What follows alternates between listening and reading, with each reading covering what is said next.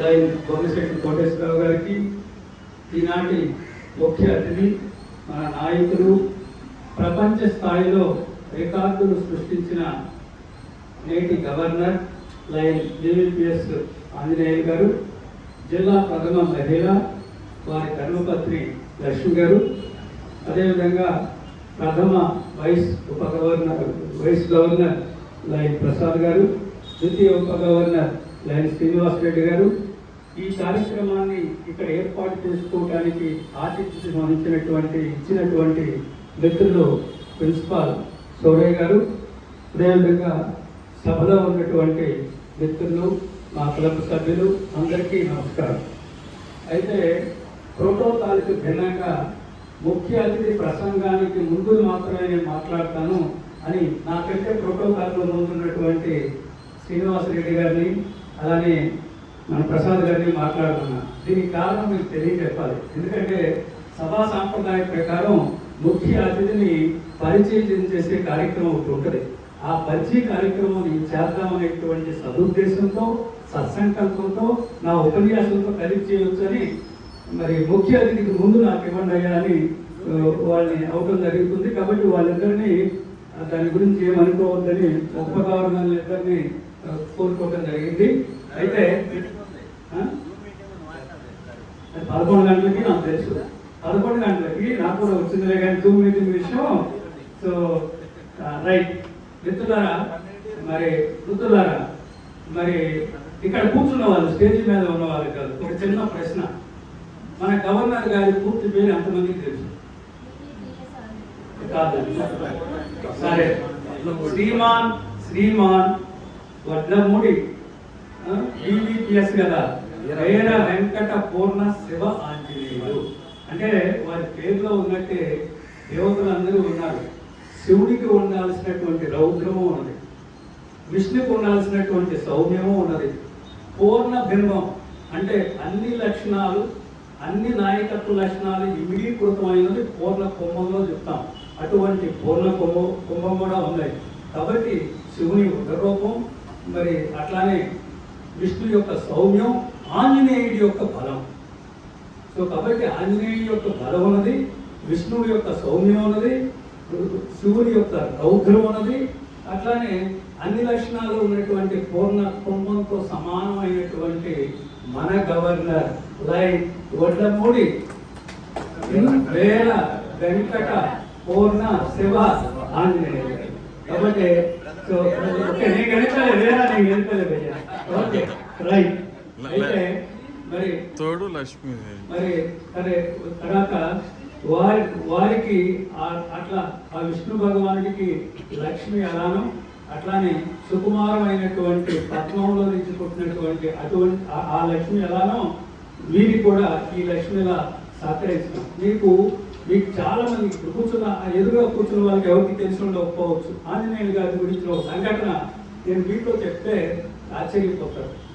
మరి ఇంగ్లీష్ భాష మీద అంత పట్టు లేనటువంటి ఆయన అనుకోని పరిస్థితుల్లో సిడ్నీ ఎయిర్పోర్ట్లో ఒకడే ఉండిపోయాడు. మరి సిడ్నీ ఎయిర్పోర్ట్లో ఉన్నాడు. మరి ఎక్కడికి వెళ్ళాలి, ఏ టెర్మినల్కి వెళ్ళాలి, ఎలా వెళ్ళాలి తెలియదు.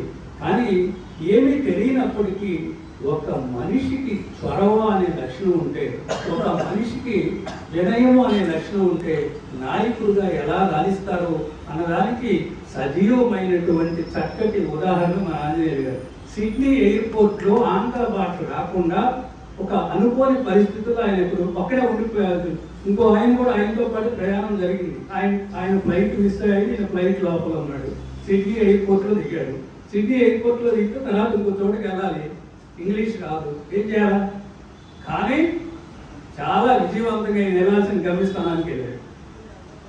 అంటే ఒక పరాయి గడ్డ మీద జరిగి దాదాపు దశాబ్దం క్రితం జరిగినటువంటి సంఘటన నేను ఇప్పుడు చెప్తున్నాను.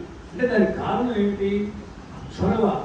అంటే మాట్లాడాలి, ఏదో ఒక రకంగా నాలో ఉన్నటువంటి ఆ భావం, నాకు ఏదైతే అవసరం ఉన్నదో దానిని ఎదుటి వ్యక్తి నుంచి రాబట్టి నా పని జరగాలి అనేటువంటి చొరవ భావం. తర్వాత వినయం లేకుండా ఏ నాయకుడు శోభెళ్ళడు. కాబట్టి ఆయన వినయం, స్థాయికి వచ్చాడని నేను నమ్ముతున్నాను. ఎప్పుడైనా నాకు ఇంకో బయటపడి అరుస్తా కానీ ఆయనకు అటువంటిది ఏమీ ఉండదు. ఆ అహం అనేటువంటిది లేనటువంటి వ్యక్తి. కాబట్టి ఆ అహం లేకుండా మరి మౌనంగా వినయశీలతో ఇవాళ ప్రపంచ స్థాయిలో రికార్డులు సృష్టించారు. మరి అంతేకాదు, నేను బాగున్నాను, ఇవాళ నేను ఇవ్వగలిగే స్థితిలో ఉన్నాను. ఒకప్పుడు నేను తీసుకునే స్థితిలో ఉన్నా, ఇవ్వగలిగే స్థితిలో లేదు చిన్నతనంలో. మరి ఒక సామాన్య రైతు కుటుంబంలో జన్మించిన నాకు ఆ రోజు ప్రజలు అనుభవిస్తున్నటువంటి కష్టాలని స్వయంగా చూశారు. ఇవాళ భగవంతుడి దయ వల్ల నేను ఒక పుస్తకాలయం ప్రింటర్ స్థాపించి కొంత సంపాదించుకోగలిగారు. నా పిల్లలు ఇద్దరు సెటిల్ అయ్యారు, ప్రాబ్లం లేదు. ఇవాళ నేను కొంతైనా సమాజానికి సేవ చేయాలి.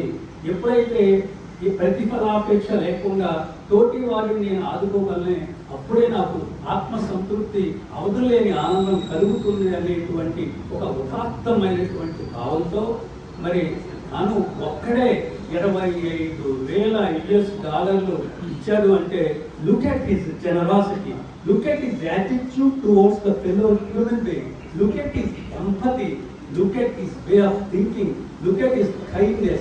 What a man is, what a leader is.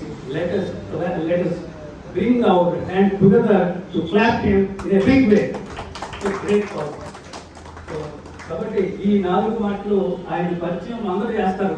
So he was born in so and so and he did so and so. ఇవన్నీ దీనికి కాకుండా ఆయన జీవితంలో జరిగిన సంఘటనల ఆధారంగా నేను ఆయన మీకు పరిచయం చేయాలని చేశాను.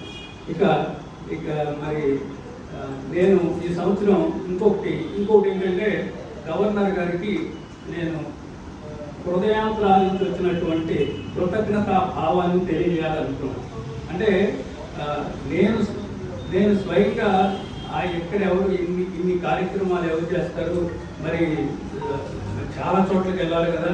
వెళ్ళినప్పుడు చాలా కారులో వెళ్ళాలి, మరి నాకు డ్రైవింగ్ రాదు, డ్రైవర్ని పెట్టాలి, ఇదంతా చాలా లక్షల్లో ఉంటాయి అని నేను మొదట నేనే నువ్వు నాకు టీఏ ఇస్తే వెళ్తాను, టీఏ ఇస్తే వెళ్తాను, లేకపోతే ఎవరు వెళ్తారు అనిపించింది. సో ఆ తర్వాత నాకు అనిపించింది ఆయన $25,000 తోటి వారికి ఇస్తుంటే నేను 1 లక్ష 2 లక్షలు నేను ఖర్చు పెట్టుకోలేనా సో అని నేను అన్నాగా. ఆయన అడిగా, నేను ఇస్తాను, గో హెడ్ అన్నాడు ఆయన.